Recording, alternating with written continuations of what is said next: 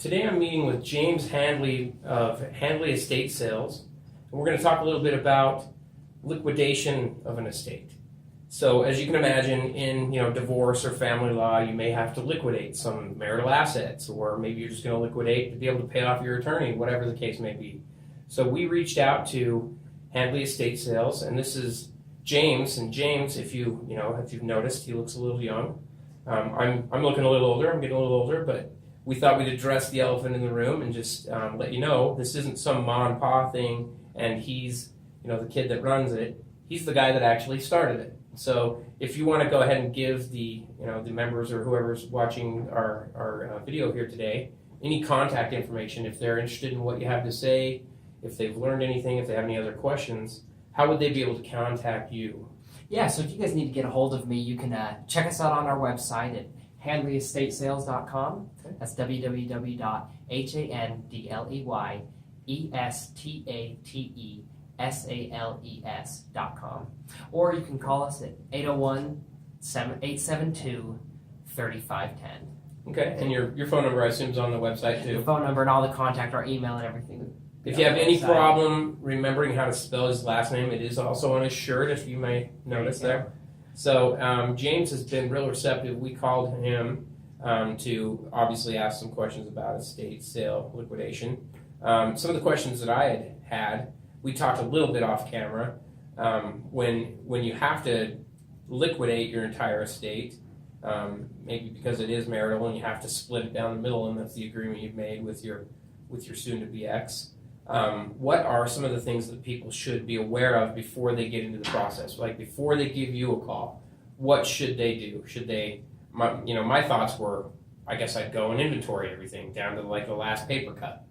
Yeah. Or, the last little fine detail and say, okay, I've got everything here to hand to you. Here's what we have, so you don't have to do all that and bill me more for it, right? Yeah, you guys are more than welcome to do that. We welcome that, and you definitely want to keep track of what you guys have. Make sure you've got your titles if there's vehicles or of course property or whatever the case may be. Yes, and so we'd recommend you guys keep a hold of everything. Sure. And the biggest thing that you can do in these situations is don't throw anything away.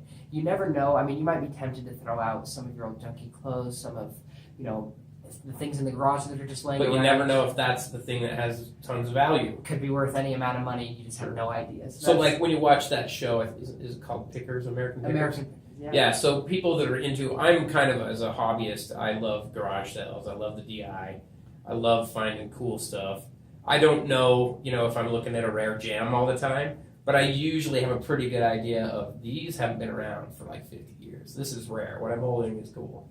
Even if it's not that valuable, it's still sentimentally kind of cool, and so I kind of have a good gauge for that. But yeah, like he's saying, you could chuck out something that looks like grandma's old chest of drawers, but actually that was an heirloom from grandma's grandma, and it's a 1920 rare thing from a one designer that only did like 4 of those, and it's worth $10,000. You never know. Yeah. So like he's saying, don't chuck anything, even if you think it's garbage. Obviously if it's like, scribbled notepads of nonsense, you could probably throw that away. You could throw that away. But if it's anything that has any kind of value, don't underestimate it. Don't try to figure it out yourself. Let the professionals handle that. Agreed. Yep. Right. That's a mistake that some people make, and it can definitely. Have you ever found anything that somebody chucked and you're like, check your garbage? That could be worth and save the day. People have made a value pile or a throwaway pile, mm-hmm. and sometimes we'll just sort through it where they just thought, we've never actually gone through their trash, but they'll just say, oh, that's just junk, and as we get into it, we'll say, well, no, this is worth $150, this is worth $200. And by the time you add up their junk pile, you're like, there's $2,000. Yeah. And that's on a good day. I won't even have to push hard. We won't have to stretch it out 3 different sales. This will go. Solid money that they were just about to throw away. So that's our biggest recommendation to them. That's good to know. And then, so what else with, when you're trying to liquidate?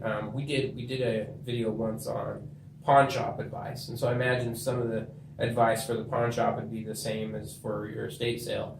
Don't go in there super cocky, thinking something's way worth more than it is. And the perfect example of that is wedding rings. Okay, divorce, family law, that sits right up our alley.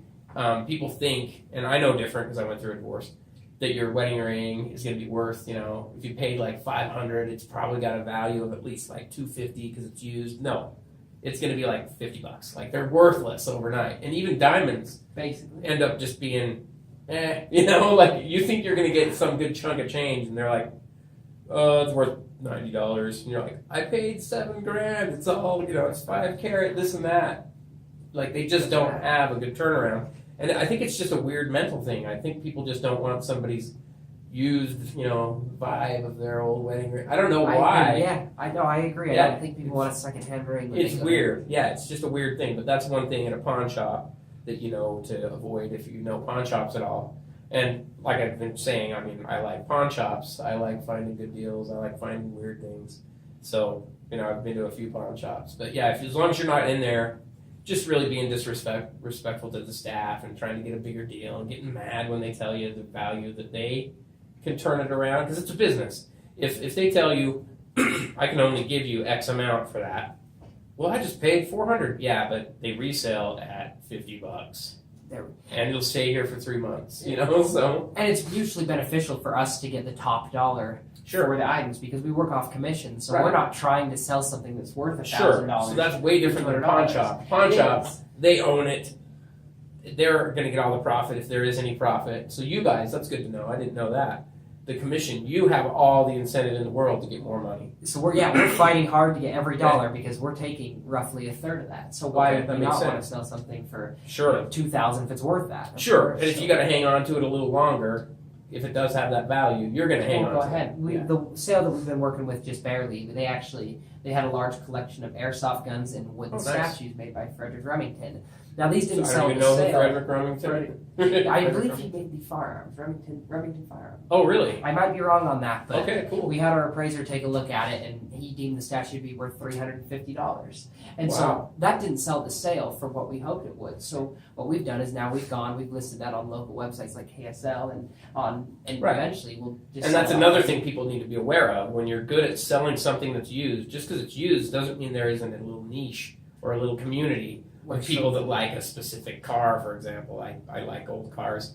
You guys are going to know where to network. You're going to know who to find. You're going to know the appraisers that are going to give you a good estimated value. Definitely. Not like just pulling it out of thin air. And definitely. Right. And we have an appraiser come in before every sale and actually appraise all the items. It's not just me. Nice. Personally, I couldn't go through and tell you what your house is worth. That's why we hire a professional to help. That's good to know too. Yeah, so I'm trying to think what else what question they might have. So do you guys sell anything and everything? Is there certain things? Obviously perishable items. You're probably not going to be able to be like, well, I got $300 worth of steaks in my fridge. Not too much value there. But right. We'll sell. You'd be shocked at what we sell. Sure. Cleaners sell. Canned goods sell. Old socks sell. It's ridiculous what things you would just not expect to sell that some people will throw away that do end up selling. I have a close friend whose dad started collecting Coke paraphernalia. Oh, really? Okay. Paraphernalia. From the polar bear thing with the sunglasses to mugs and the Olympic version of the Coke and the Coke Classic versus the original recipe, So, and he started it in his office, and then it just kind of grew into its own personality. It just kept getting bigger and bigger because people knew him, and he did land title, and he's recently passed, but great guy, just hard-working guy, did land title stuff, and so everybody would always bring him more Coke stuff. And the collection just kept getting bigger and bigger and bigger. And so now there's still this giant Coke museum in his office, So and you'd be amazed at how there really is a market for people that want Coke stuff. People love that sort of thing. And some of them are worth a lot of money. Like the ones that actually have Coke the name came from cocaine. There was a small amount maybe to make it addictive. I don't know. In the very first bottles that came out in 1905 or 1920. I'm not going to know the exact date, but there are some Cokes out there that are worth a lot of money, and some that you really aren't supposed to even legally possess. Oh, really? So it's just weird that you're like, wow, all about a Coke bottle, So that's crazy, yeah. Yeah, when you're getting into these items, it's good to know people like you guys. It's good to know the people that know the value of something, not just that's only just a stupid Coke bottle from 2002 Olympics. Yeah, and Yeah. that's why we suggest hiring an estate liquidator, a professional service, because if you go out and do it yourself, sure, you might be able to get a decent turnout. You might be able to have a successful sale, but you just don't know what you're going to sell for $5 that was worth $5,000. And so that's why, that's really the value. I wouldn't know. I don't really have an interest, but somebody out there collects them. Somebody out there wants them. Put them on eBay. Somebody will pay tons of money. One for those man's fish junk, oil another cans. man's treasure kind of thing. Exactly. Some of those comic books too, same thing. I used to collect comic books, so Yeah. I kind of get the idea. Yeah. One of those Action Comics #1, they sell for, I believe, over $1 million. Oh, the wow. original Superman comics. I have #1 of Gru the Wanderer. You've never heard of that? Never heard of that. But Yeah, and it's the artist Sergio Aragones. okay. He's the guy at like Mad Magazine. I used to have. Oh, I had a massive collection of those, and I lost them. They'd probably be worth some if I still had them. But yeah, #1s can be worth some money, especially if they're in mint or fair or depending. Some decent condition, Yeah. you can make some money. Yeah, so I think this has been a good video. I think if people had any other questions, is there anything you want to tell me about Handley estate sales, or maybe a little bit about why you do what you do? I get the vibe that you're just a guy that likes cool stuff, and Yeah, we yeah. kind of have that same energy thing going on, where I can tell you're like, you just like cool things It's and rare things. And, It's interesting seeing someone's home. I first started this business because my grandpa was forced to move to a retirement home and had like a week of getting out. And just going through sorting his things. I mean, we you really got to learn him. really got to learn it. And we had to quickly take everything to the DI. We just had to go donate Sure. everything because we had such a small amount of time. We didn't have time to hire an estate liquidator. But later you kick yourself in the pants, like, that tie was from Italy, and it was worth, right? Yeah, and realized how much value we gave away. And that's kind of what jump-started the fire in my belly to come start the building. That totally makes sense. I was going to ask you about the DI, and we've talked about the DI multiple times. We're not making a plug for the DI here, but, people like you and people that, kind of tend to learn that things have value, it's hard to walk away from the DI sometimes, because you're like, and sometimes you'll go to the collector area where they lock it up, and you're like, that's garbage. Yeah. Those are like, you can find those anywhere, they'll get it wrong, and you're just kind of chuckling. But then other times you're like, is that walkie-talkie set really worth $200? And they're like, it's got a lot of features, maybe.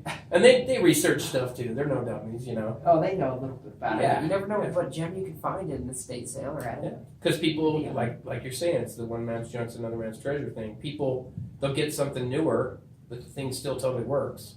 And it's something valuable to you, but to them, they just want to get it out of their garage. Oh, definitely. So, I love actually, I'm sure I'd really enjoy being at a couple of estate sales, because you just run into cool stuff. And like you were saying, when you were going through all this stuff, you probably learned a lot about him. Oh, just yeah. looking through all of his things. Oh, it's awesome to see somebody's whole lifetime collection. Yeah. You can just see, you start to see their interests, you learn a lot about a person going through all their stuff, and that's a great part of the job. That's why I really love doing it. Yeah. Well, that's great. Let's go ahead and give them your contact information one more time. If anybody had any questions, if anybody maybe they were just reaching out to find the value of something, I don't know if that's something you could connect them, tell them who to call. Oh, definitely. Yeah, we can direct you. I mean, even if an estate sale is not right for you, we can still set you up with the right path of what. Or maybe come give you an evaluation or something. Oh, yeah, we charge give for that. free consultations where we'd love to come out and take a look at what you have. And Awesome. I think I might have to ask you a couple questions off camera. there we go. Thank you so much. Go ahead and just give them your the website and the phone number again one more time. So you guys can reach us at www.handleyesstatesales.com. That's